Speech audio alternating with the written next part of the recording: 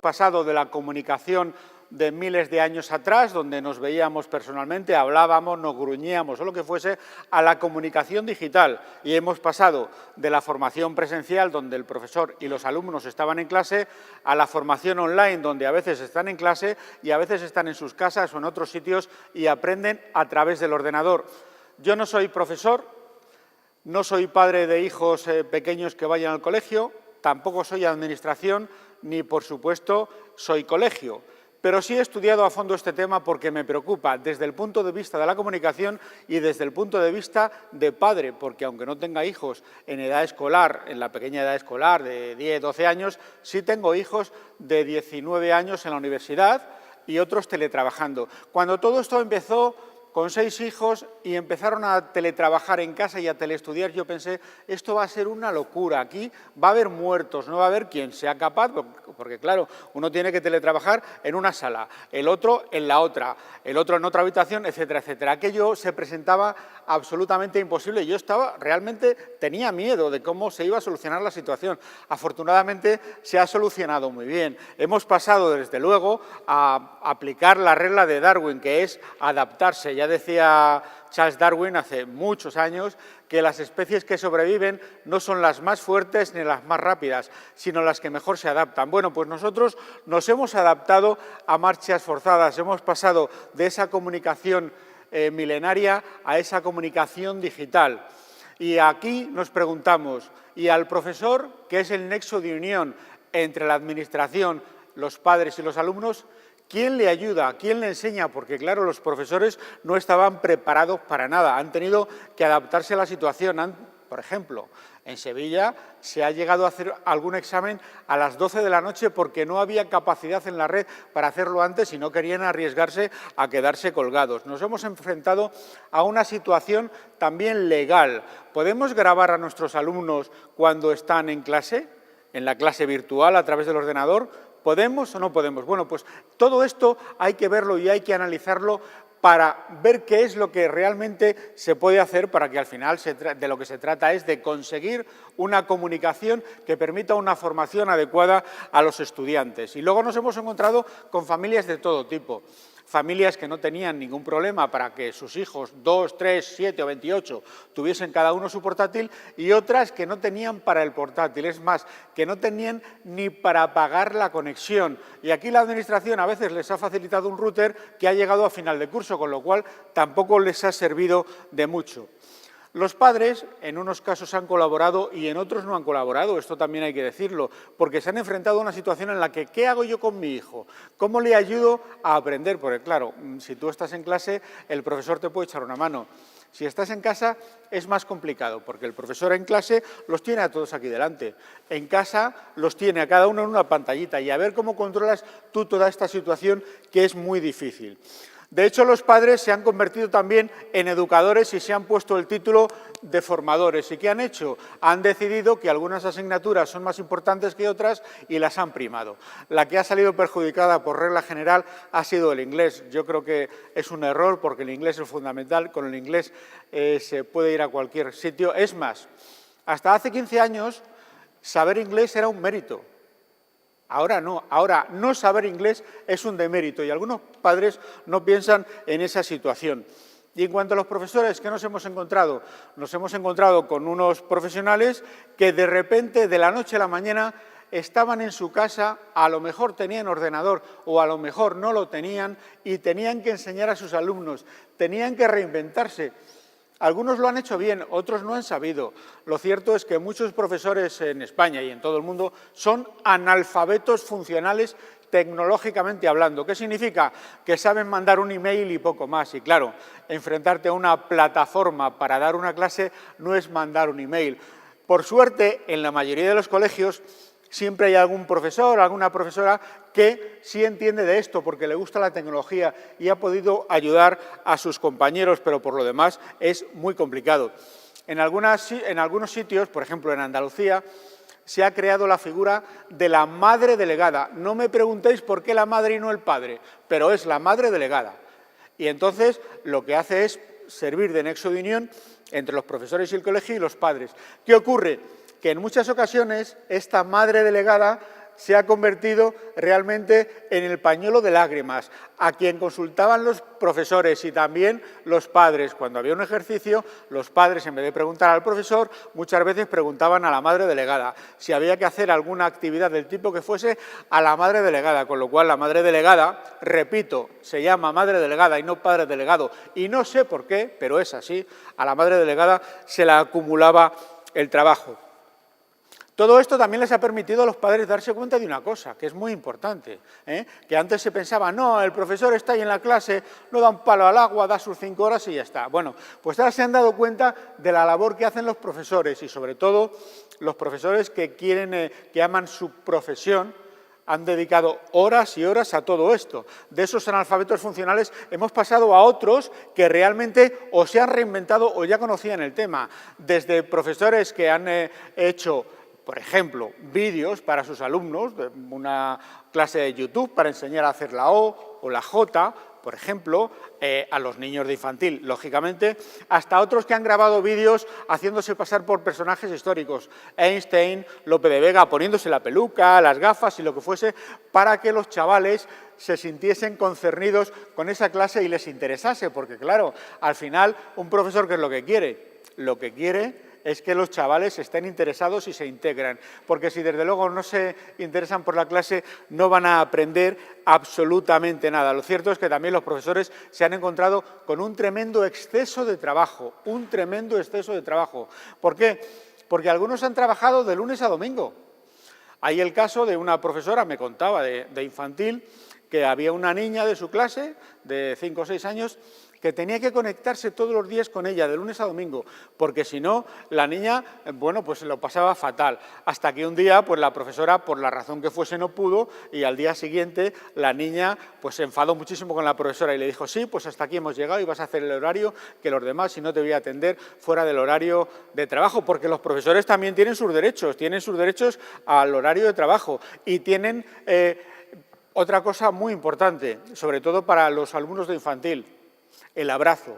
El abrazo que se da en la clase no se puede dar virtualmente, no nos engañemos, y eso es muy importante. Los chavales lo han sentido, de hecho, he hecho bastantes encuestas yo con profesores, padres, alumnos, etcétera, etcétera, y los pequeñines lo que decían sobre todo es que ellos querían abrazar a su profesora y querían abrazar a sus amigos. Y llegados a este punto nos podemos plantear, ¿alguien piensa que levante la mano aquí ahora mismo quien piense que los chavales en la reincorporación al colegio no son una auténtica bomba de relojería que puede provocar que el virus se expanda por todos los lados? Porque dime tú a mí, como le dices a un chavalín, a un niño, que es un niño, no es un chaval, es un niño, de 6 años, que no abrace a su compañero, que no le toque, que no le pegue, que no se cambie la plastilina, que bueno, ahora no la pueden utilizar, pero bueno, etcétera, etcétera.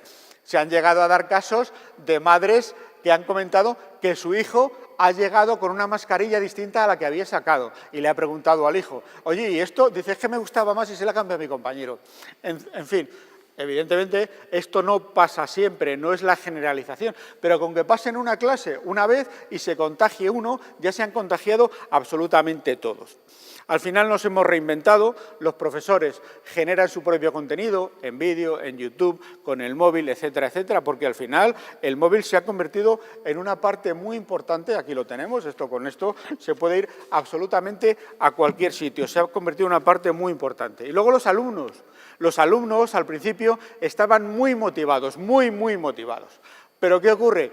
Que a las 3 semanas del confinamiento estaban hasta las narices, como todo el mundo, y entonces esa motivación desapareció, iba desapareciendo poco a poco y es un problema al que se enfrentaban los profesores, que por eso se tuvieron que reinventar, hacer vídeos, hacer actividades de diferente tipo, es decir, implicar a los chavales en las clases. Luego, evidentemente, depende de la situación de los colegios y de las universidades dónde se puede aprender mejor y dónde sobre todo se han adaptado mejor, porque si bien es cierto que algunos colegios se han sabido adaptar, otros no han sido capaces. Y en cuanto a las universidades, las públicas se han adaptado peor que las privadas y las escuelas de negocio al final son las que mejor se han adaptado. ¿Por qué? Porque el concepto de la escuela de negocio es que tú acabas la universidad, sabes lo que demanda el mercado laboral y le dedicas un año a prepararte para esa demanda de tu especialización. Y eso es a lo que nos enfrentamos y por eso las escuelas de negocio privadas se han sabido adaptar mejor. Entre otras cosas, porque si no se adaptan, se quedan sin clientes y la universidad pública va a seguir teniendo clientes. Entonces, nos hemos encontrado también con profesores que han cometido el grave error de dar su número particular a los padres. ¿Qué ocurre? Que los padres no tienen medida y lo mismo te escriben a las 2 de la tarde un lunes que a las 12 de la noche un domingo porque tienen que hacer una actividad. Es decir, que hemos cometido ese error. Yo le comentaba a la persona que me lo comentó, que había dado su número, que estaba totalmente arrepentida, le dije, mira, coge y cómprate otro teléfono de prepago, te quedas con el prepago de momento y el otro lo usas para que te sigan escribiendo. De todas formas, como en este caso era en infantil, son 2 años y ya había pasado el primero, dice que iba a aguantar al segundo año a ver qué pasaba. Y luego ya al siguiente año, pues ya no iba a dar el número de teléfono, evidentemente, porque había aprendido totalmente la lección. Luego nos encontramos también que hay un apartado en el que llamamos tecnología y otro redes sociales, que no es ni lo mismo ni muchísimo menos. La tecnología al final es lo que nos permite transmitir, lo que hace que ahora me estéis viendo por streaming. Y las redes sociales son lo que me permiten a mí, por ejemplo, mover esto para darle visibilidad a esta charla. Pero ¿qué ocurre? Que las redes sociales se pueden utilizar para muchas cosas. ¿Para qué?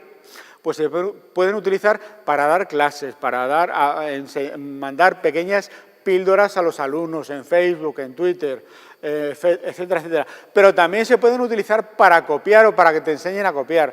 Tan nombrado es últimamente TikTok, que no le gusta nada al presidente de Estados Unidos, esta red social, que es de vídeos cortos, que lo que no sabe mucha gente es que se ha utilizado para enseñar a los alumnos a copiar. Tú pones un vídeo pequeño explicando cómo copiar una cosa y te enseñan. Porque ese es otro apartado importante, los exámenes.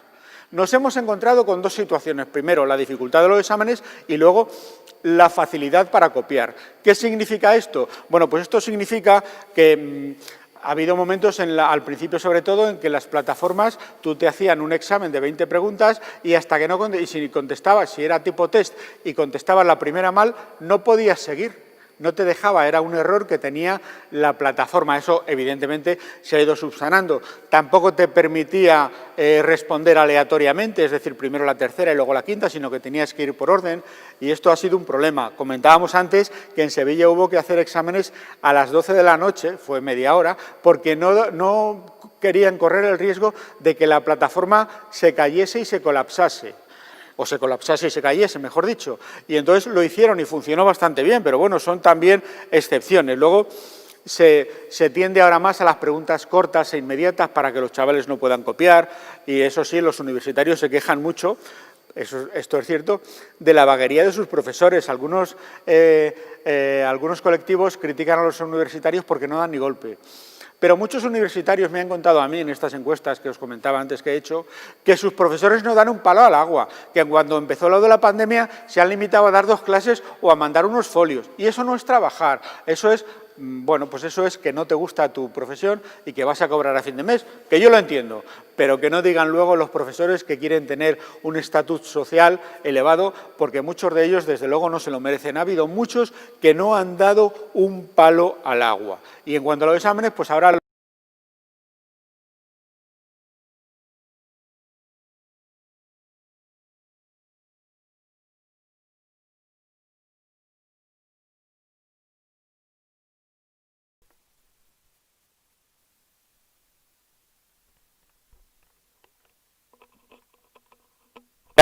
se han bajado un distorsionador de sonido de Internet. Y entonces, si la profesora durante la clase o el profesor le preguntaba algo que no sabía, ponían el distorsionador y se ponían a hablar. Y entonces, claro, como no se entendía absolutamente nada, el profesor decía, bueno, fulanito, déjalo que no te entendemos, pasamos al siguiente. Eso lo han hecho así de veces. Luego ha habido otras técnicas, sobre todo para copiar. Pues la madre que ayuda, yo tengo el caso curioso de una madre que su hija se examinaba para Derecho, iba a ir a selectividad, ayudó a su hija a hacer el examen de francés. Dice, bueno, es que como esto no es importante para la carrera, bueno, pues luego la hija ayudó a su hermano a su vez a hacer el examen de inglés. Esto se ha dado mucho. A veces se puede hacer, en el caso de los niños pequeños, si el padre no quiere, menor de 18 años, si el padre no quiere, no le puedes ver por la webcam, por el derecho de la protección de la imagen, con lo cual ahí lo tienen muy fácil. ¿Qué han hecho algunos profesores? Pues no, pues cuando han hecho el examen y a los 2 o 3 días se han puesto en contacto con el alumno y le han hecho otro examen en ese momento para que respondiese, para ver si de verdad se lo sabía. Se venden exámenes, si buscamos en Google venta de exámenes, encontramos que hay precios de todo tipo, desde los 20 euros hasta los 200 euros. ¿Qué significa esto? Bueno, pues esto significa que el examen te lo pueden hacer porque te lo responden por WhatsApp, te lo pueden hacer porque están al lado tuyo y te lo van soplando con un pinganillo, un auricular, que pinganillo, por cierto, es una palabra que los periodistas utilizamos mucho, pero que hasta hace una semana, por lo menos, la Real Academia Española de la Lengua no admitía, o simplemente se pueden hacer con el control de tu ordenador, porque a veces sí, ya si eres mayor, te pueden obligar a que tenga la webcam puesta para que tú estés ahí, pero tú puedes hacer que estás escribiendo y que otra persona desde otro lugar se haga con el control de tu ordenador, que sabe las respuestas y te haga las respuestas. Esto se da, no nos engañemos, pero también porque pensamos que, bueno, muchos profesores no es que lo pensemos, es que no tienen ni la más remota idea, pero hay otros que de repente, pues dices, ¿qué ha pasado aquí? Pues si este sí sabía. Mirad, en el Reino Unido hay una plataforma que se llama Check, que es de preguntas y respuestas y que utilizan mucho los alumnos para copiar en los exámenes. Un profesor avispado se dio cuenta de que copiaban y decidió darles un escarmiento. Se examinaron 90 personas y suspendió a creo que 18 o 20. ¿Por qué? Porque en esta plataforma él la hackeó, o no sé cómo lo hizo, puso una pregunta y una respuesta, o sea, una respuesta más que la pregunta, que era imposible. Imaginaos pi, en vez de 314 1590, que hubiese puesto pi 2712. Y la gente que fue a copiar, pues copió pi 2712 de respuesta. Y claro, el profesor en cuanto vio pi 2712 dijo, suspenso, suspenso, y suspendió un montón. Los chavales no se lo esperaban porque pensaban, el profesor no tiene ni idea, pero es que el profesor se molestó porque al final lo que estamos haciendo, lo que estamos intentando sobre todo, es que nuestros chavales aprendan. Porque está muy bien que aprueben, que todos queremos que aprueben nuestros hijos, pero si no sabes nada, vas a llegar a un trabajo y te van a despedir. Al final nos hemos encontrado con problemas de la administración, que no ha sido capaz de asumir la situación, han hecho lo que han podido, yo no se lo voy a negar, pero no han sido capaces. Ha habido profesores que han tenido, y colegios, que la cuenta de email que tenían adjudicada por su comunidad autónoma, la consejería correspondiente de educación de su autonomía, pues no daba abasto, se colapsó y tuvieron en algunos casos que abrir una cuenta de Gmail para poder utilizar, para poder seguir comunicándose con los alumnos. Todas estas situaciones que hemos estado viendo, nos hemos encontrado que al final nos han llevado a la necesidad de reinventarnos. Lo que decíamos al principio de Darwin, que hay que reinventarse, pues sí, hay que reinventarse. Y hemos encontrado también que tenemos la formación presencial y la formación online, y que tanto una como otra son buenas, y que la mixta es mucho mejor, porque esto es como el teletrabajo. Por cierto, que en esta época de pandemia, esto no era teletrabajo lo que se hacía en las casas, esto era, como mucho, teletrabajar con niños, porque a los niños tenía que ocuparse alguien de ellos. Bueno, pues en la presencial, la formación presencial y la formación online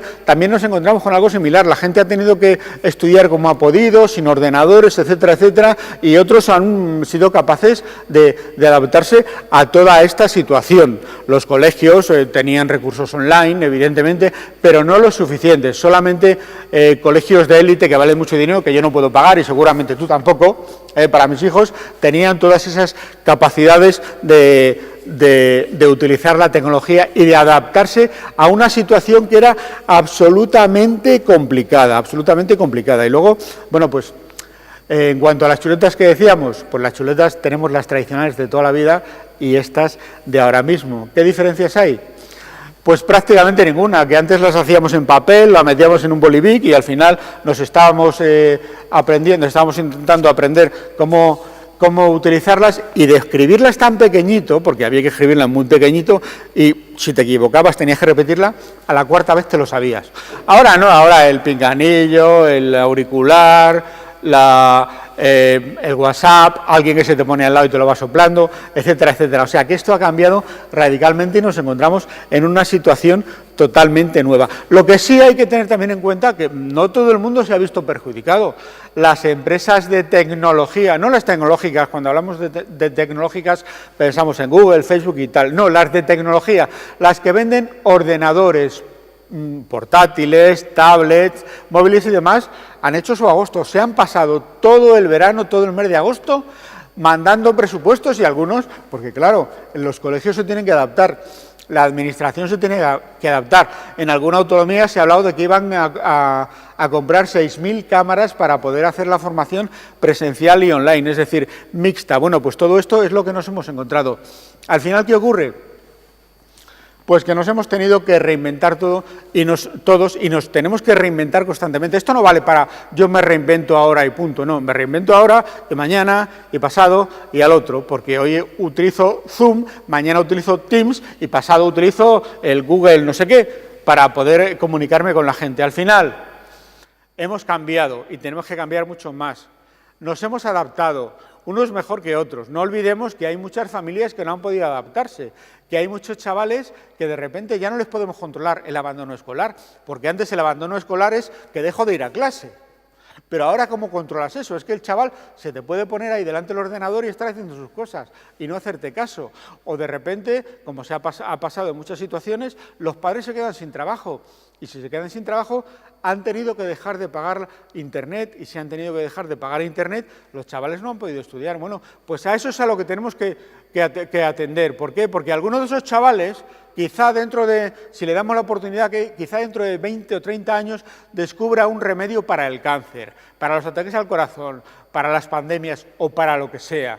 Es nuestra obligación y lo que tenemos que hacer es, sobre todo, evitar esa brecha digital, que no tienen ordenadores, la social, es el tema económico, que no es que todo el mundo vaya a ser rico, pero que sí todo el mundo tenga posibilidades de acceder a la formación y a la educación.